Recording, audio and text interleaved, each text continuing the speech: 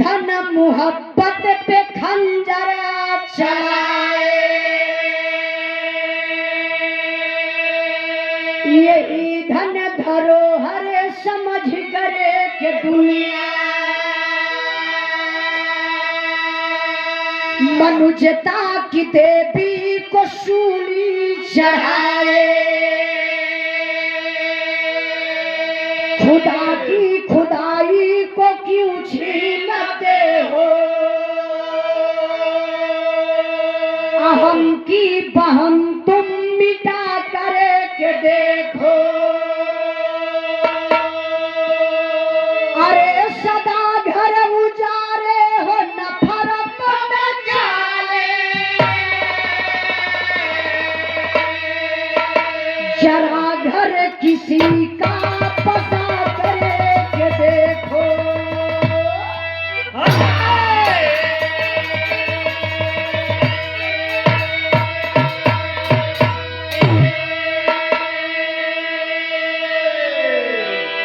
सदा घर उजारे हो नफरत में जाली, जरा घर किसी का बसा करके देखो। आज के जमाना में प्रधान जी इंसान जितना अपने दुख से ना परेशान बा, उससे ज्यादा दूसरे को सुख देख के परेशान बा। आप कहे नया कुर्ता पहले बड़ा हम सियाए ना पाई, औकात ना बा के नया पहले, लेकिन हम सोचब कि तोहार फाड़ के फेंक दे। अगर न फाड़ पाई तो पान खा के पीछे भी थूकी दे, ताकि तोहार कपड़ा खराब हो जाए। यही है समाज के लोगों की सोच, और सबकी नहीं। गौवा में देखा ना क्यों करता, ध्यान दी हम आप लोगों के बतौली। अच्छा हमारे माइयों को एक ठेका सर हो जाए तो प्रधान जी बगल वाली पड़ोसा नगर मस्त बढ़िया साड़ी आई को सर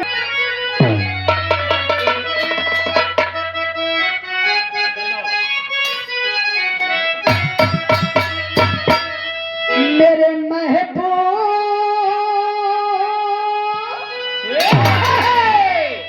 मेरे महबूब मेरे साथ बड़ा चाल किया।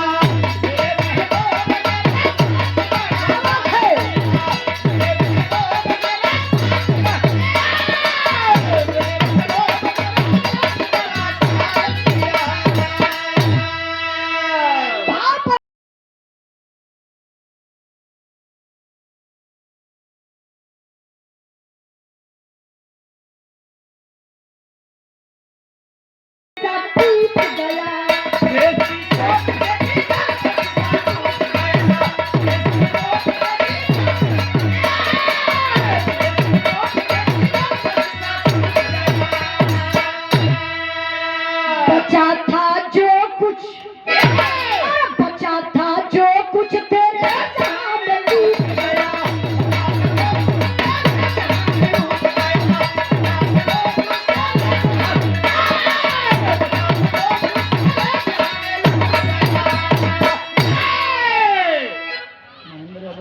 अच्छा प्रधान जी, आप कहानी कहां से कैसे लिख गई मास्टर साहब?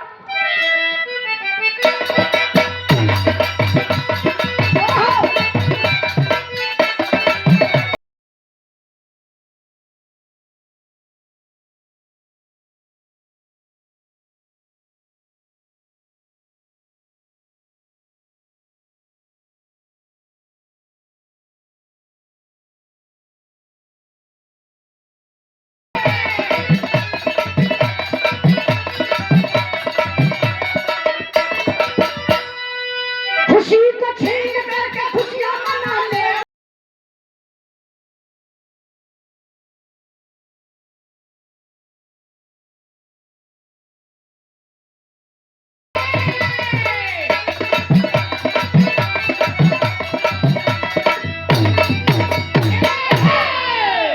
कहाँ हो दादा?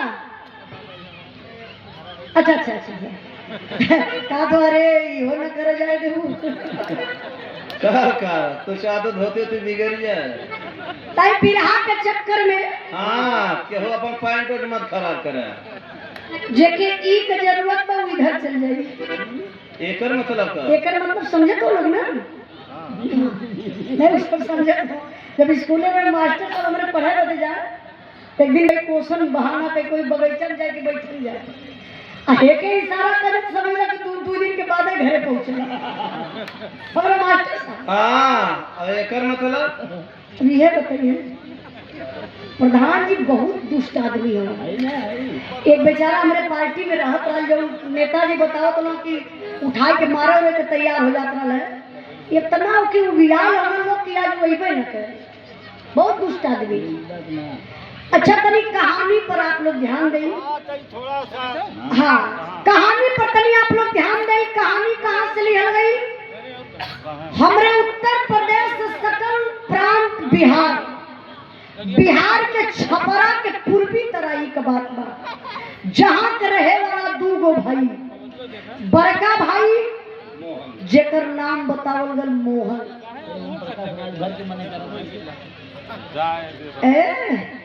पियर का अच्छा सब नीला नीला कहीं पियर का पहन के आल भाई मोहन, छोटका भाई सोहन, बड़के भाई के औरत का नाम उर्मिला बा, छोटके भाई के औरत का नाम गीता बा। बड़के भाई के 3 गो लड़का, छोटके भाई के शादी के 10 साल बीत गए हो, कौनो औलाद ना बा। यह परिवार का दुख बा। एक बार का बात बा, बड़का भाई खेती गृहस्थी का काम करत रहलन, किसान रहलन। छोटका भाई जो सोहन बा, जकरे कोनो लड़का औलाद ना बा, वो फौजी जवान बैरीपुर कलकत्ता में उनकर नौकरी लगल रहा। ड्यूटी से छुट्टी लेके बाबू सोहन एक बार घरे अइलन, रात का टाइम बा। उनकर दुल्ही सबके खियाए पियाए के जब अपने फौजी सैया के रूम में सूते बदे गईली, हाय हाय हाय, तो देखत यही फौजी सैया सूतल हो गहरी नींद में। दुल्हनिया जाए के अपने पति का चेहरा निहरलस, भारतीय नारी बा, वही गोड़वारी बैठ के अपने फौजी सैया का पैरवा इसे दबावत बा। सुसुक सुसुक के बाबू रोवत रहल। तबले फौजी जवान का नींद टूट गई, उठ के चारपाई पर बैठ गई। लगी कल गीता, घड़ी में 11 बज रहा है, रात का टाइम, और तुम्हारे आंख में आंसू क्यों रो रही हो, क्या हुआ? गीता रोई के बाबू बड़ी ऊंची बात कहलस। का कहलस मास्टर साहब?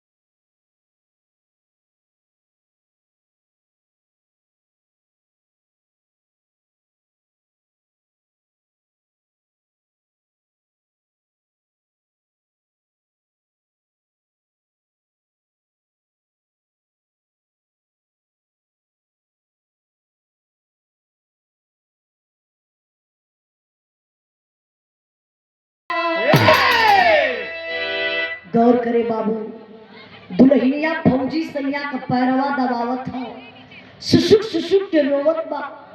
फौजी जवान का नींद टूटल, सवाल कइलन कल गीता, ये आंख में आंसू क्यों रो रही हो, क्या हुआ? गीता कलश पति देव, जिंदगी से मन उबिया गल बा। तोरे भैया के 3 गो लड़का हो, तोहर भौजी हमके देखली तो बोली बोलेली, कहली तो बाझिन बा, इज्जत का बाजाय के कहीं जहर माहूर खाए के मर जा, छुट्टी हो जाए। लोग ताना मारेला, यह बतिया दिल में घर बनाए गए। कलश पति देव हम चाहत मानी के लिए के जहर दे दा, हम खाए के मर जैती। लेकिन बारे फौजी जवान चारपाई से उठकर खड़ा हो गया। दूसर कोनो मर्द रहत तो रतिये का जात भौजाई का दरवाजा खोलवाई के 4-6 तमाचा मारत और हो तो सुबेरे वो लगा कर ले। लेकिन नहीं मेरे बाबू, ये फौजी जवान है, इससे आप लोग सीख लीजिए। फौजी जवान उठ के चारपाई से खड़ा भइलन और दुल्हनिया के अपने भर अकवारी में पकड़लन। आँख का आंसू पोछत एगो बात कहलन, दुल्हन के समझावत है फौजी जवान। समझावत कैसे वो भाव लगल मास्टर साहब।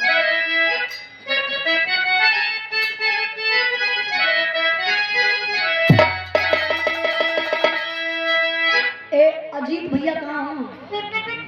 चाहे शत्रुघ्न भैया चाहे अजीत भैया, जे कमेटी के जिम्मेदार व्यक्ति बा, आपसे निवेदन कर जो लड़का तनी हल्ला करत हो वो लड़कन के थोड़ा सा दूरे कर दा। बिरहा का मतलब थोड़ा शांति चाहला, नाच ऑर्केस्ट्रा नौटंकी देखल जाला, बिरहा के सुनल जाला। जे जिम्मेदार व्यक्ति बा थोड़ा सा लड़कन के बाहर ले जाए कदम, लड़कन से बिरहा से मतलब ना बल्कि घरे चल जाता ठीक हो। देखा फौजी जवान अपने दुल्हन के समझावत बा, कैसे समझौलस कि गीता दुल्हनिया के, कि गीता दुल्हनिया के फौज समझावेला, पार करिया हमहन के बुढ़ैया गोरी हो, तीनों भैया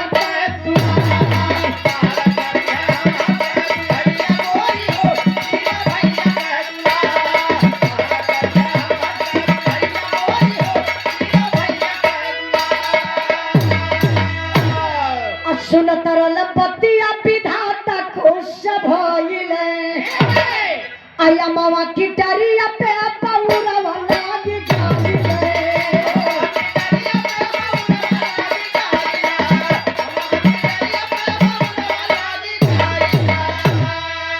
अरे परी जब धजल में नेवरिया गोरी हो,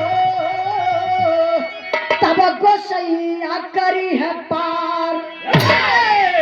ध्यान दे बाबू, फौजी जवान अपने दुल्हन के समझावे लगल, कहले गीता अरे पगली हमरे लड़का ना हो तका, हई भैया के 3 गो लड़का हो ना, यही भैया के 3 लड़कन के अपन लड़का मान ला। यह भैया का 3 लड़का हमहन के बुढ़ैया पे कामे आई है। वाह फौजी जवान यह सब बात कही के बाबू दोनों प्राणी संतोष कही के सूत गई। यही समाज के लोग आप लोग कहते हैं कि संतोष का डार मेवा फरेला।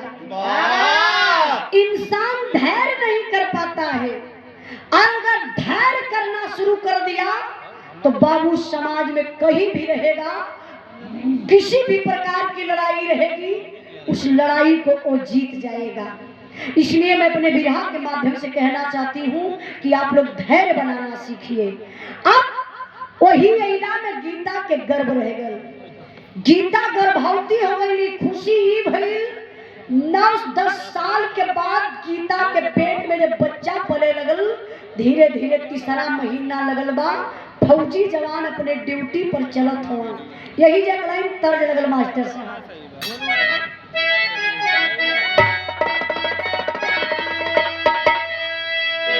काहे होई है सड़क पर, काहे होई है सड़क पे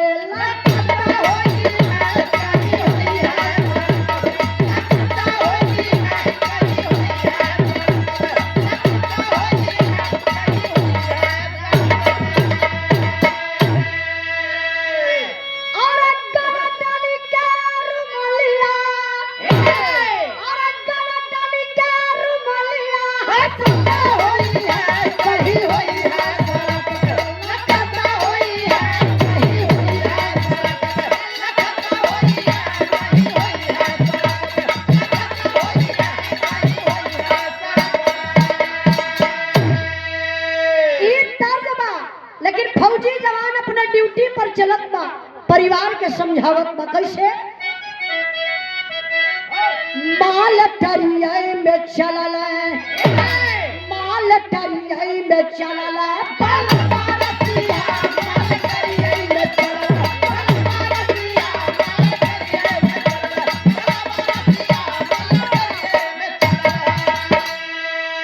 विधि के भरोसे बनैया बुझाइल, नवा महीनवा की नरवा पे आइल।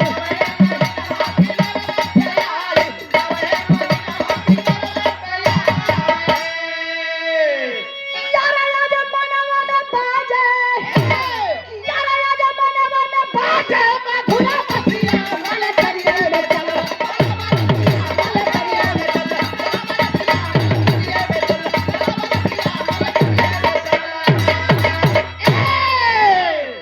विचार करे बाबू, फौजी जवान ड्यूटी पर चलल, परिवार को लोग पहुंचावे गल बा, रोड पर बस का इंतजार करत हो।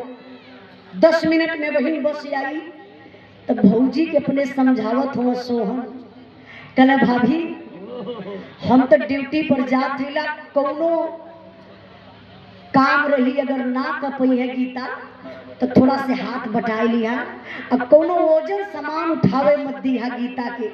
अच्छा यार टाइम फौजी जवान देखा तो तब ले गईले अपने भैया के पास, मोहन के पास। कहला भैया हम तो ड्यूटी पर जात हिला, तोहरे भरोसे गीता के छोड़ के जात हिला, कोनो प्रकार का दिक्कत होई तो एक बार फोन हमके जरूर कर दिहा। दुल्हनिया के भी समझावत हो, गीता ई गर्भ बा के संभाल के रखी है, कुछ अच्छे होई। इतने में बाबू बस आई गई, फौजी जवान बस में बैठल, बाय बाय टाटा कैलन, पहुंचने कहाँ? बैरिकपुर कलकत्ता अपने ड्यूटी पर। फौजी जवान अपने ड्यूटी पर तैनात। जाए दयारू देखाई, अब सभे जीवा तो भीड़ हो जाई, बिरहा बेरस हो जाई, एक जने जाके छोड़ा दो, बात खत्म, खत्म हो गई मामला। सभे मत भैया ये तो गलती कर रहा, ज्यादा वो लोग फरियाली है, आपसी मामला हो, काहे मारत हो? मारे कोई के ना चाहिए भैया, सब अपने बाल बच्चा हो, सब अपने समाज से हो, अपने घर का कार्यक्रम हो, ऐसा थोड़ी ना कल जला। अच्छा ये सभे उठ के जाता तो बिरहा बिगड़ जाता। ए भैया ए चाचा बैठा, चाचा बैठा, कोनो बात ना हो, थोड़ा से हो जाला, चला पड़ा हूँ, एक तमाचा मारू दिए, कोनो बात ना हो।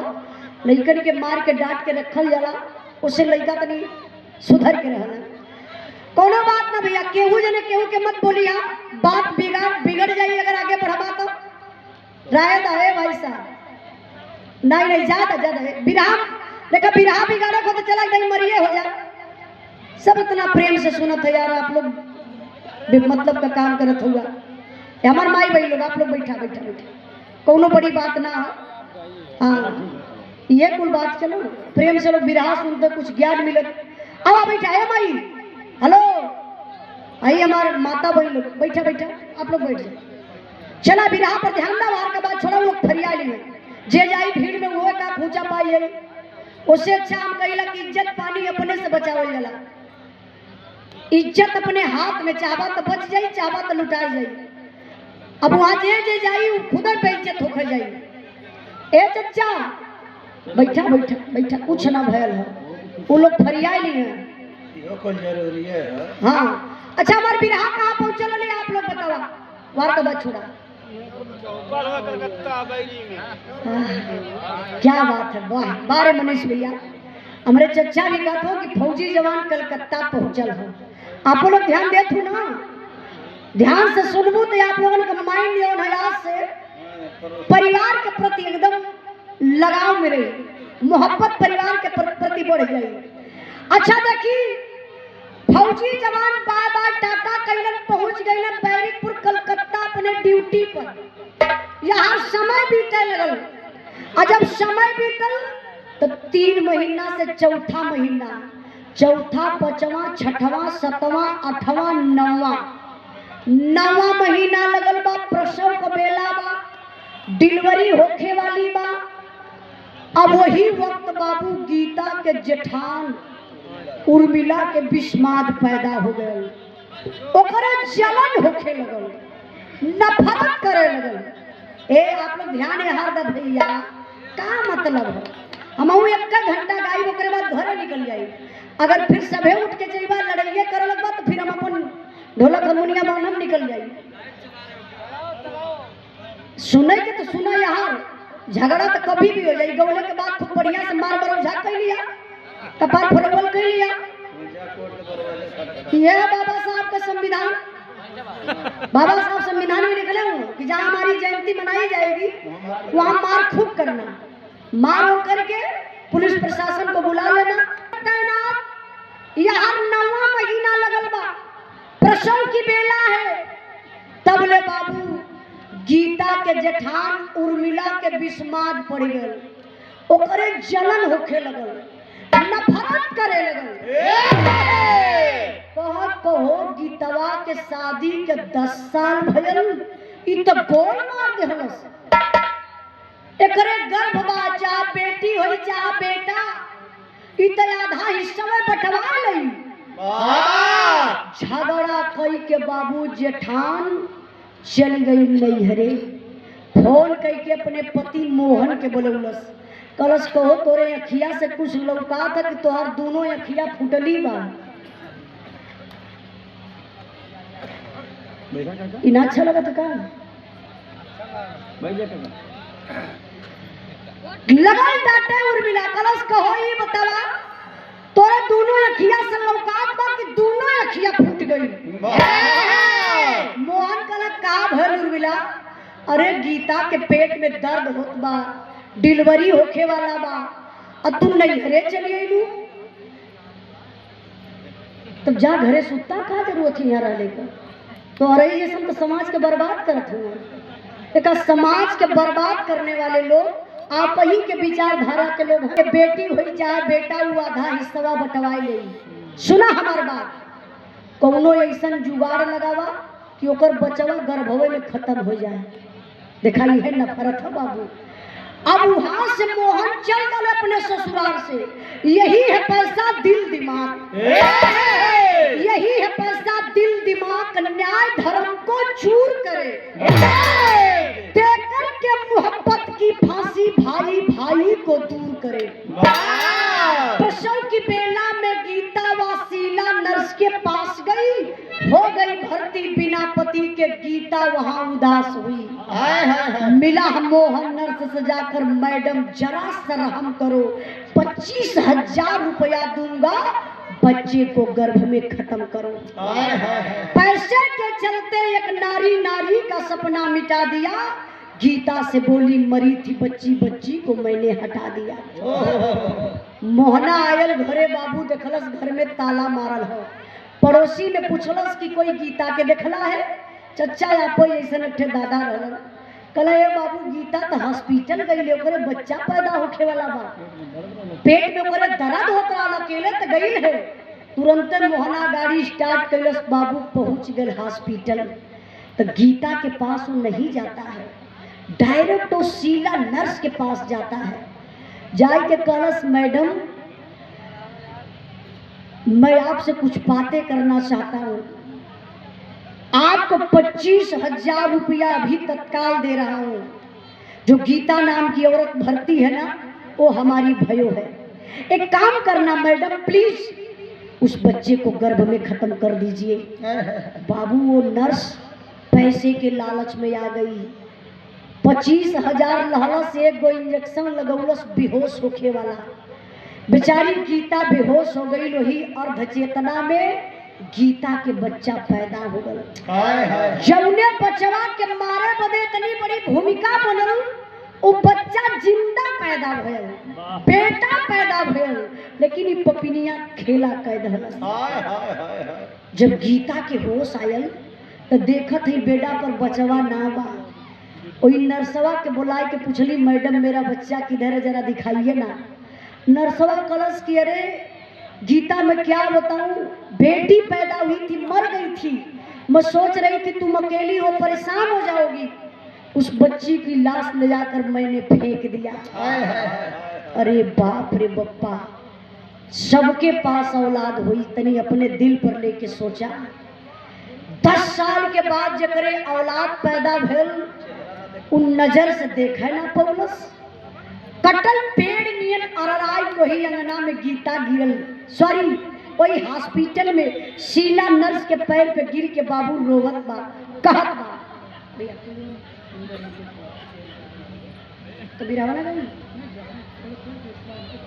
अच्छा बिरहवा लगा लेगा, बिरहवा में हर जगह ब्रेक मत लगावा, और मार भाई या नेताजी भाषण दा बिरहा कैसे धज्जी। हाँ थोड़ा समय दे, जे बिरहा सुनैया बा उ सुनबे करी, ठीक है ना। और आपके क्षेत्र से कलाकार हमारे बड़े भाई मुकेश भारती जी हैं, अभी उनका भी कार्यक्रम होगा, गाना होगा, आप लोग सुनिएगा, आशीर्वाद दीजिएगा। लेकिन पहले बिरहा पर आप लोग ध्यान दें। हाँ हाँ चचा हम गायब हो चचा, आप लोगों मदद हम बनी। अच्छा देखी ओ गीता बेचारी कटल पेड़ नियन हो अरराई के कोई शीला नर्स के पैरवा पर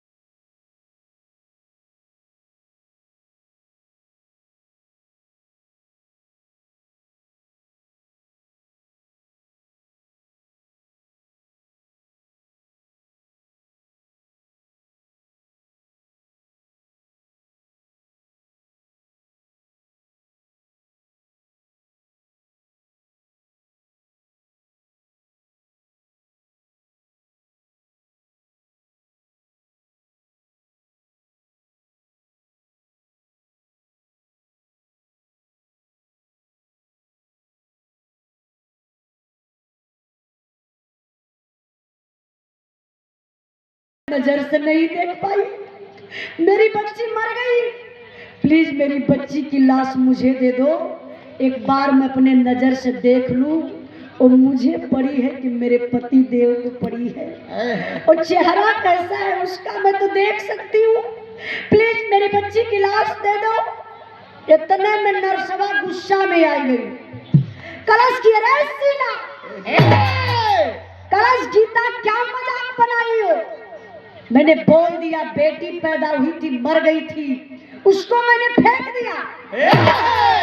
क्या करोगी मरी हुई बच्ची लेकर के, क्या करोगी? गीता करी मैडम औलाद है ना, मैं देखना चाहती हूँ। अपने मोबाइलिया कम करा, मोबाइलिया का वजह कम करें। ए बाबू डांटना शुरू करती है नर्स, बोलती गीता अगर हॉस्पिटल में इलाज करवाना तो करवा ले, नहीं तो मेरे हॉस्पिटल से तुरंत निकल कर चली जा। गीता बेचारी अब तो टूट गई, बिखर गई, हथवा जोड़ के कलश है मैडम हम चल जाई, हमारे भाई जी के बुलवाए दी, भाई जी के अपने जेठ के बुलावे कहलस। फोन कही के शीला नर्स मोहन को बुला लेती है, और जब मोहना आयल हॉस्पिटल पर दूसरी बार ना तेदा पारो शीला नर्स के पास ना गए, डायरेक्ट गीता के पास जाता है और करता है क्या,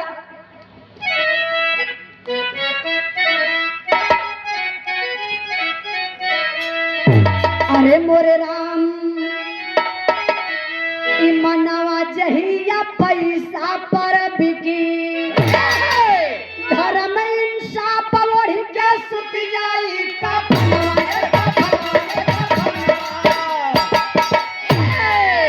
रोकर मोहन कहन लगा, गीता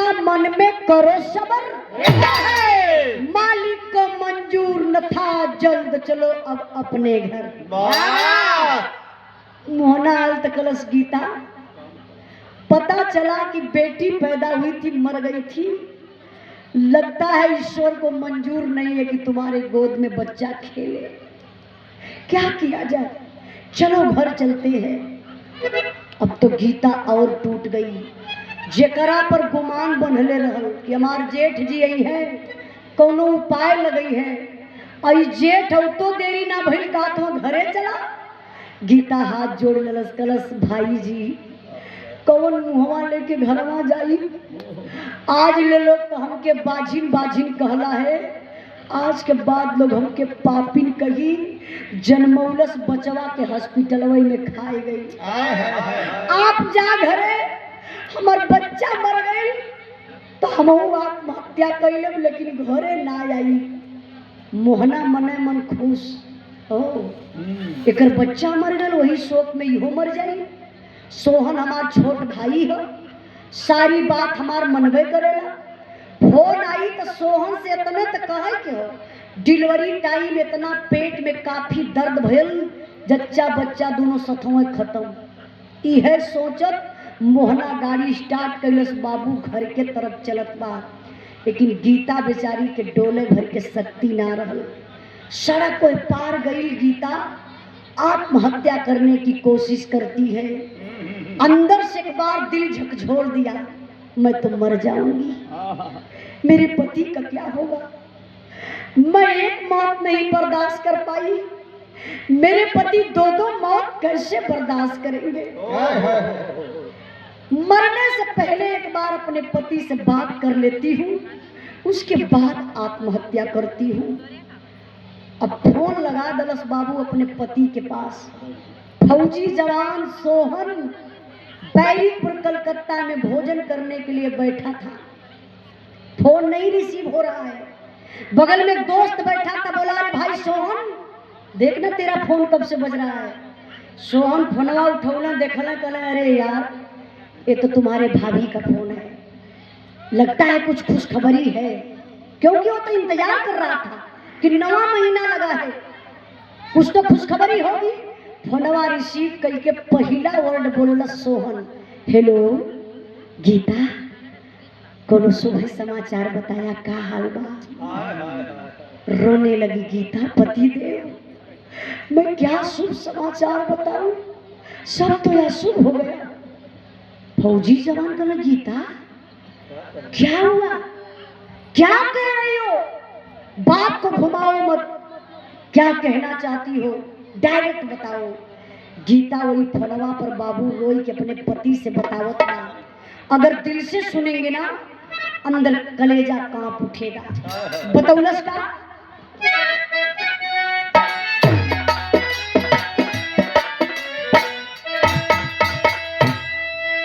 अरे का हम बताई सैया, का हम सुनाई हो, का हम बताई सैया, का हम सुनाई हो, बाटा या सुबह समाचार हो।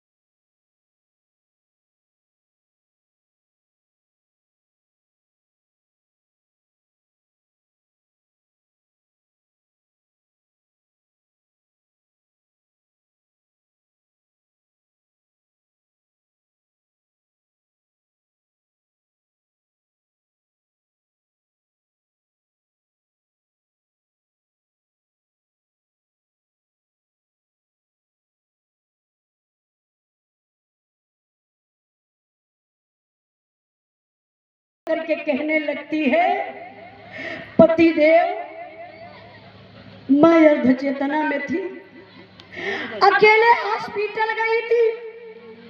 मुझे याद है जब बच्चा पैदा हुआ मैं नजर से नहीं देख पाई, लेकिन उस दर्द को सह रही थी, बहुत पीड़ा हो रहा था। और जब बच्चा पैदा हुआ तो रो रहा था, उसके रोने की आवाज मेरे कान तक आ रही थी।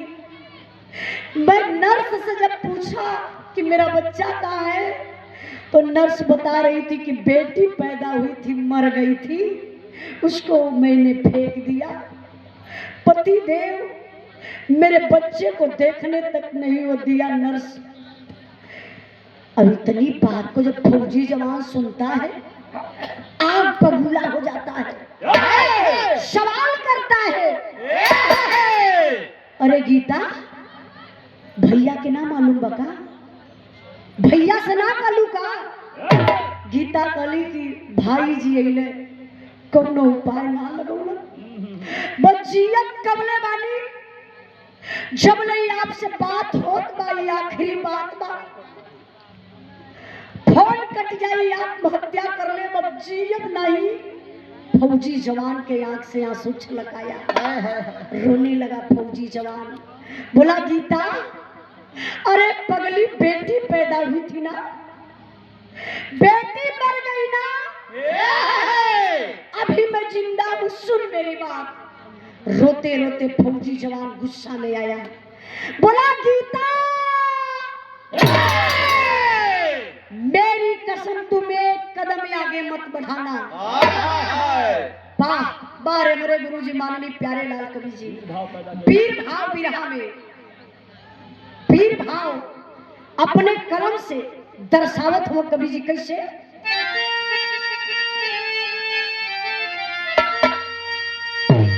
अरे यखिया से यसिया पहाइया न गोरी, अरे यखिया से यसिया पहाइया न गोरी, डटला रही हा घरवा जई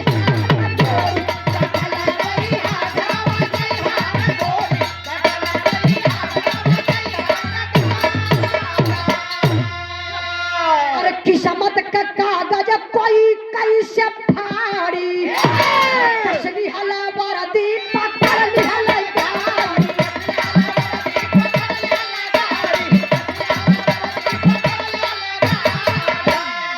अरे धीरज कदिया ना बुझई हा ना कोई डटला रही हा।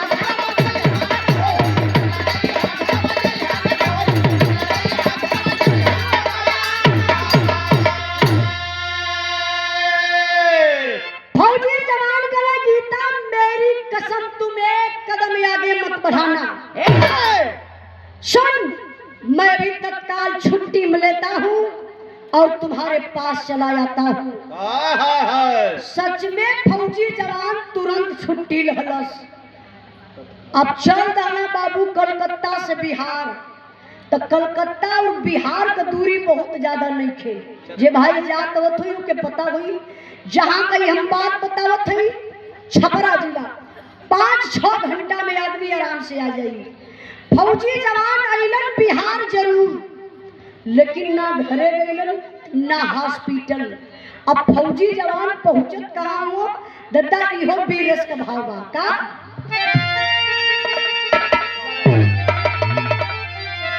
अरे बिना दरोगा से नहर तक काला दाला में काला बा, पकड़ना से को पूछल लगा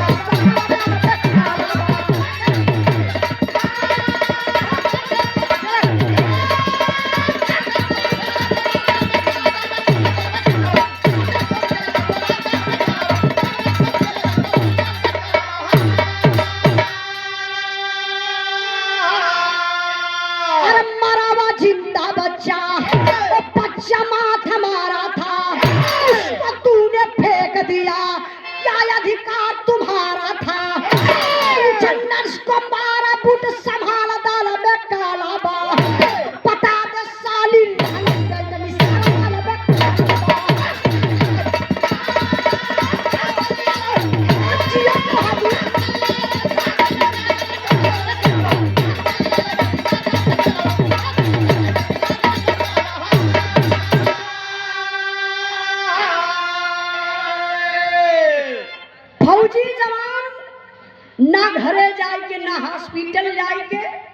डायरेक्ट पहुंच गई ना दरोगा साहब के पास। थाने पे जाए के सारी बात बता दलन। दरोगा साहब कहलन कि सम्मान किए दरोगा साहब फौजी जवान का। बैठो। कहला आप बैठिए, मैं कुछ महिला पुलिस भिजवा करके शीला नर्स को इसी थाने पर बुला लेता हूँ। कुछ महिला पुलिस जाती है, शीला नर्स को लेकर के थाने पर चली जाती है। सिचुएशन वहाँ का काबा, यहाँ दरोगा साहब का कुर्सी, ठीक बगलिए में सोहन फौजी जवान का कुर्सी, यही समन्वय बगलिए में शीला नर्स का कुर्सी। गीता कहाँ है? ऐसा ही एक पर्दा हो, वही पर्दवा के पिछवा लोग गीता के बैठौले हुआ, ये लिए कि गीता के नर्स देख ले तो हो सके कि साफ साफ बतावे नहीं, बहनवे चेंज कर दे, तो गीता के लोग आड़े बैठौले हुआ। फौजी जवान सोहन सवाल करे वो शीला नर्स से, कहला मैडम आप शीला नर्स? हाँ जी सर जी, हाँ मैं शीला नर्स। अच्छा एक बात बताइए, जो डिलीवरी केस था, जो गीता नाम की औरत भर्ती थी, वो कैसे क्या हो गया?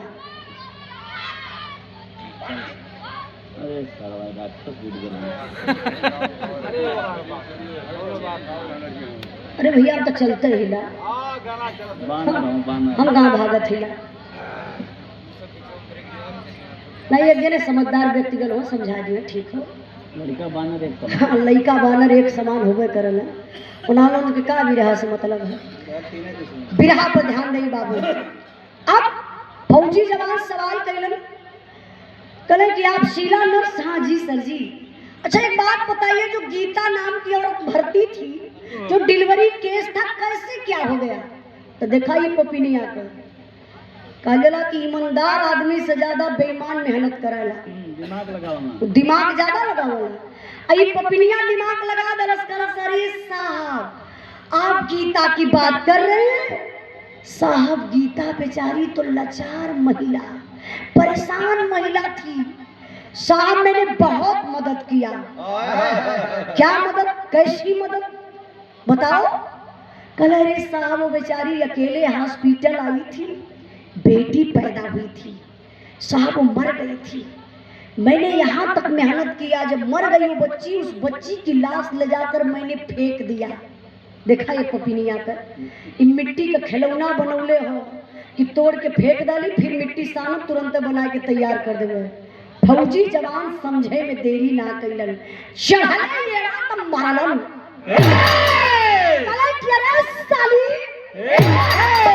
जिंदा था बच्चा, मरा हुआ बच्चा था, वो बच्चा माँ हमारा था, उसको तूने फेंक दिया, क्या अधिकार तुम्हारा था? किसी का बच्चा, किसी का परिवार, कोई का औलाद, अगर कोई तुम्हारे हॉस्पिटल में मर जाता है तो तुम होती हो फेंकने वाली? तुम कौन होती हो फेंकने वाली? तब ले फौजी जवान निकलस बेल्ट, और निकाल के बेल्ट मरलस 4-6 बेल्ट। लगनी दवाई पर्चा बनावे। मेडिकलवा नहीं करल चच्चा? तब कह के हमें रखले रहनी मेडिकलवा से।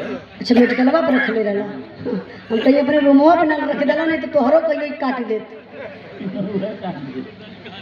निकाल के बेल्ट फौजी जवान जब मरना 4-6 बेल्ट न हो तो मेहरानू को जात ना टूट गई, लगल गड़गड़ाई के कापे, हथवा जोड़ के गला से साहब मत मारा, बहुत चोट लगत बहुत साहब, झूठ ना बोला, साफ है साफ बताई साहब। फौजी जवान कहले कि अभी भी टाइम है, अगर तू साफ साफ बता देती है तो नहीं मारूंगा, मारने की बात छोड़ो तुमको छूऊंगा नहीं, लेकिन अगर कुछ गलत बताती है तो फिर ये बेल्ट देख ले। डरा गई नर्स, कहा लोग ना कि मार के आगे भूत भागला। तब देखा डरा के कांपत बा, हाथ जोड़ के पपिनिया बतावत बा। 4 लाइन बिरहा में बड़ी इंपॉर्टेंट लाइन बा, अगर कहीं भी मन दिल भटकल ना लो पूरे बिरहा से, अब है 4 लाइन आप लोग सुन लेबा तो पूरा बिरहवे फरियाई जाई। का मास्टर साहब?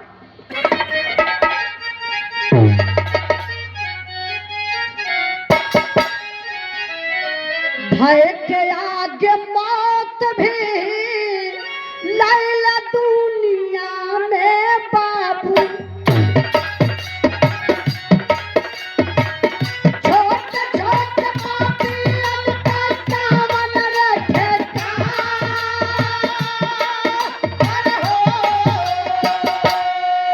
हो ठिकाई नरसा कुलबा तावा ये जहरवा बाबू। पैसा पे बेच दिहला बन होई माँ। अरे हो कहत बई पपिनिया, हे साहब हमके मारत हुआ ना, हमार गलती ना बहु साहब। हम पैसा के लालच में आए के दुनिया का बहुत बड़ी गलती कैली साहब। फौजी जवान का ना पैसा, कैसा पैसा, कौन दिया पैसा? तभी पपिनिया बतावत बा कैसन पैसा के दोले बा। तोहर बड़ा का भैया दिहल है हम के रुपया साहब।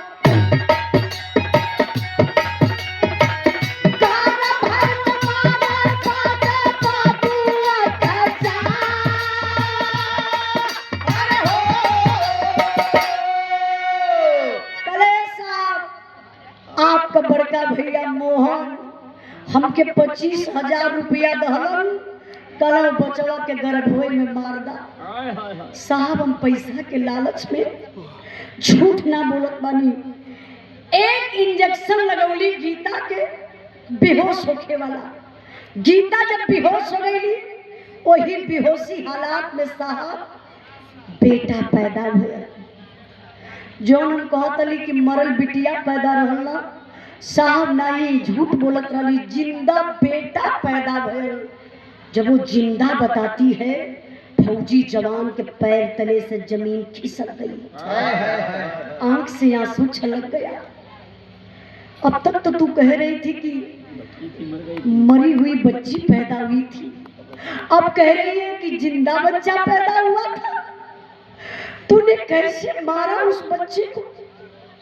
और मासूम बच्चा था, क्या बिगाड़ा था तुम्हारा? गलती हमसे हो सकती है, गलती गीता से हो सकती है।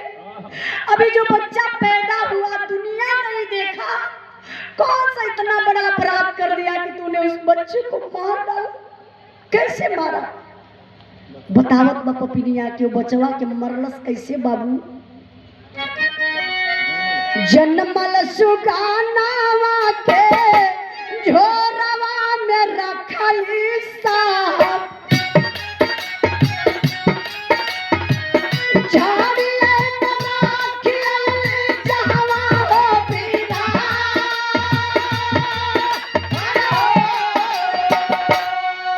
पुलिस फोर्स साथे चलली नरसऊ पपिनिया बाबू।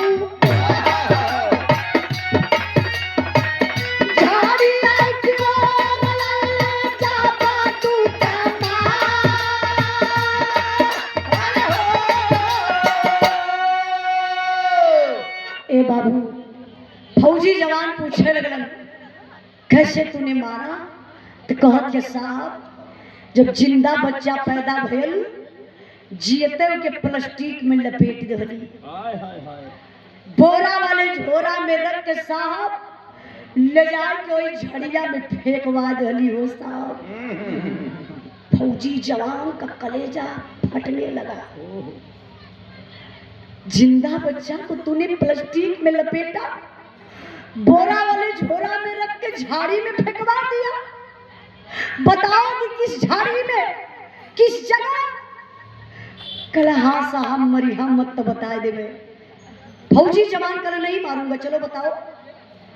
आगे आगे पपिनिया नर्स जात बा, प्रशासन के लोग, महिला पुलिस, आप लोग जैसन आम जनता, इंसानियत के नात करे। अगर कहीं आप लोगों के पता चल गया सुबेरवा का कोनो बच्चा पैदा करके झाड़ी में फेंकले हो, इंसानियत के नात करे आप लोग काम धंधा छोड़ करके वहां जाने की कोशिश करेंगे कि कौन ऐसा मतारी रहल कि जो इतना बड़ा पाप कमैलस। लेकिन आज आगे आगे वो नर्स पापी, महिला पुलिस फोर्स, प्रशासन के लोग, आप लोग जैसन जनता, सब लोग झाड़ी के तरफ चलत बा। तो माई के पता चलल गीता के हमरे बचवा के पपिनिया ये झड़िया में फेंकले बा। भिड़िया के चीरत फारत सबसे आगे मतारी निकल के गई कहाँ? ओई झाड़ी के पास। इतने दूरवे से झड़िया में झोरवा देखात बा। झोरा तो रहल बाबू, लेकिन गजब हो गया। और झोरा के यारी यारी ऐसा दृश्य देखे के मिलल जो कलेजवे फाट गए। वो दृश्य का रहल मास्टर साहब।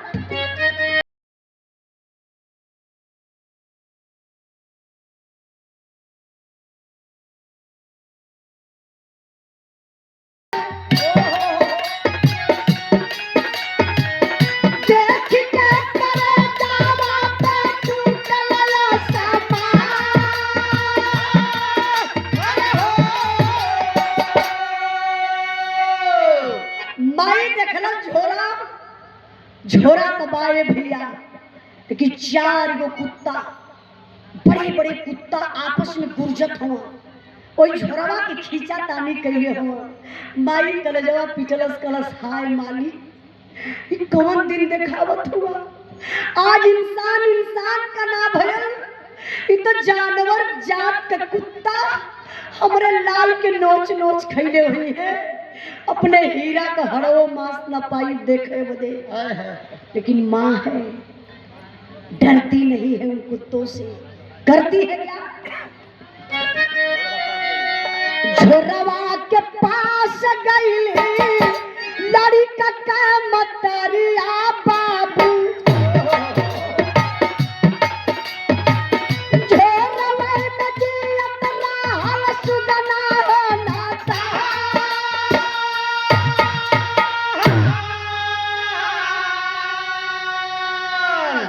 गौर करेंगे बाबू। माँ जाती है, उन कुत्तों से नहीं डरती है। जा करके उन कुत्तों के आगे से एक झोरा छीन लेती है।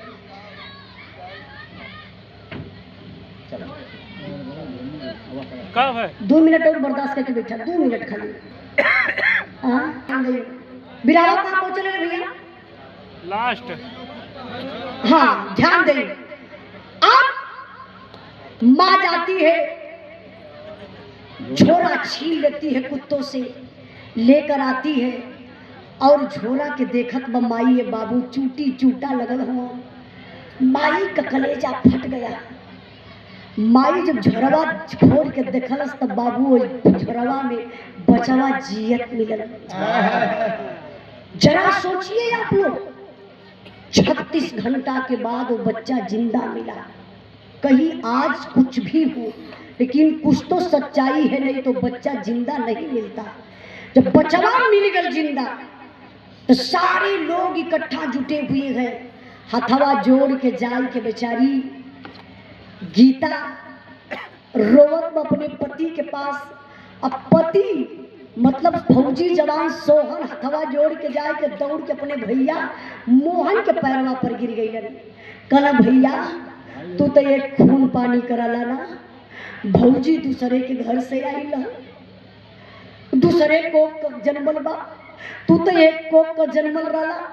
धन दौलत रुपया पैसा के चक्कर में पड़ के हमार दुनिया उजाड़त रहा।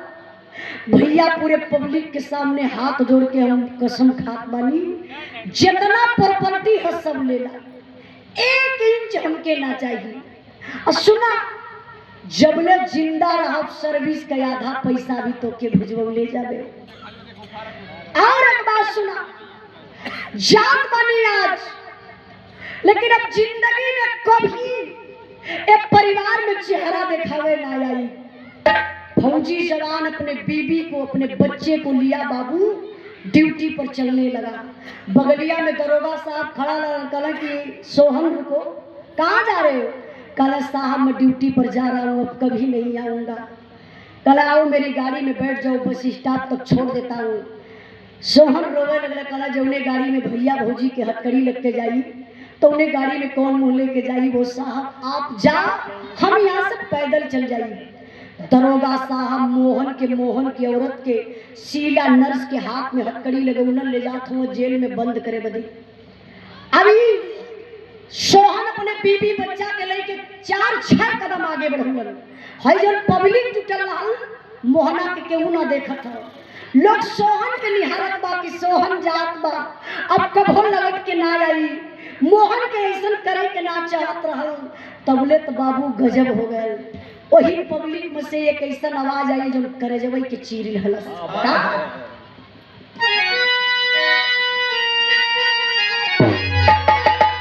अरे तबाले तीन लड़कन का खोला ला मुहवा, चाचा छोड़ी गया भतीजा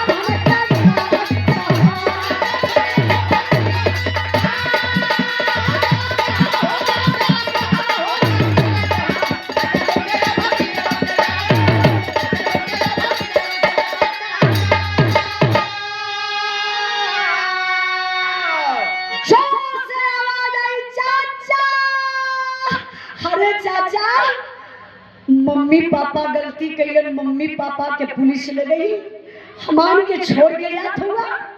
वो कौन थे पता है? मोहन का तीनों लड़का। जब चाचा चाचा कह के चिल्लाए लगल, सोहन का कदम रुक गल। सोहन एक बार अपने पत्नी के देखलन, एक बार गोद का बच्चा देखलन, और एक बार मुड़ के भैया के तीनों लड़कन के देखलन। कहा देख रे गीता, मैं तुमसे पहले बोला था ना, देख अपना खून बोल रहा है। आज तुम्हारे पास एक बेटा नहीं 4 बेटा हो गए। 4 बेटा का मतलब 1 बेटा सोहन का, 3 बेटा मोहन का।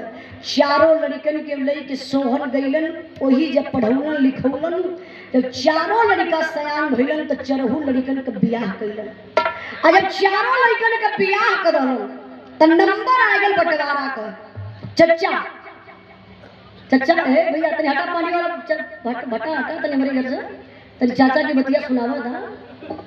हाँ मिशन सही हो बात बा। चचा नियमित बंटवारा होला। भाई पनिया वाला भाई काहे चचा का मुंह छेक ले तो हट जा बाहर तनी हटा। अरे बाद में पिए यार तो चाचा से बड़ा गजब आदमी हुआ यार। आप काहे परेशान हुआ? हम चाचा से बताओ आप काहे परेशान हो? आप क्या हुआ? आप क्या हुआ? हम चाचा से बात कर लो, तू कहीं भी चोन बोलो। बड़ा गजब आदमी है यार। हो गई बच्चों की नंबर आ गल बंटवारा का। जब बंटवारा का नंबर आयल तो 20 बीघा खेत रहल। 20 बीघा में नियम का बंटवारा होला कि 10 बीघा सोहन का लड़का के ले और 10 बीघा में से मोहन का लड़का तीनों ली है।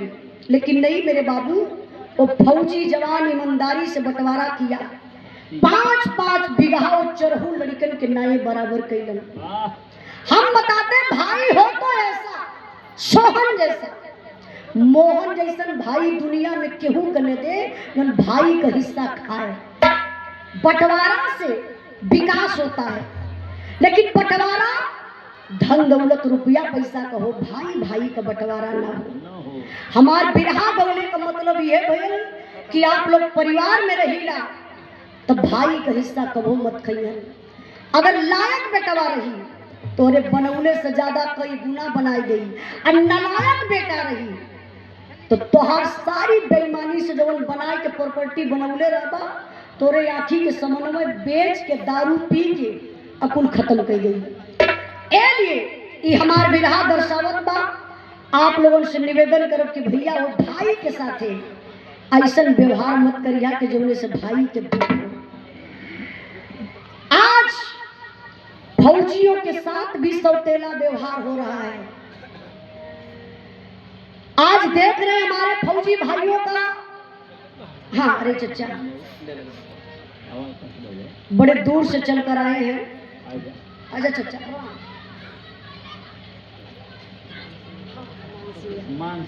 मान सिंह यादव जी बड़े दूर से चलकर आप आए हैं बिरहा सुनने के लिए। चाचा जी की तरफ से सुंदर पुष्पहार और 200 रुपए का पुरस्कार। जय भीम, जय भारत, नमो बुद्धा। सब भाई लोगों के नमस्ते प्रणाम। आज मैं आप लोगों से कहना चाहती हूँ कि हमारे फौजी भाइयों के साथ भी सौतेला व्यवहार हो रहा है। अभी देख रहे हैं एक फौजी जवान के मूर्ति पर बुलडोजर चलाया गया। ये कहाँ तक का नियम है? क्या ये संविधान में लिखा है कि फौजियों की मूर्ति तोड़िए, बाबा साहब की मूर्ति तोड़िए, नियम का उल्लंघन करिए? अरे मनाना चाहिए पैसा पर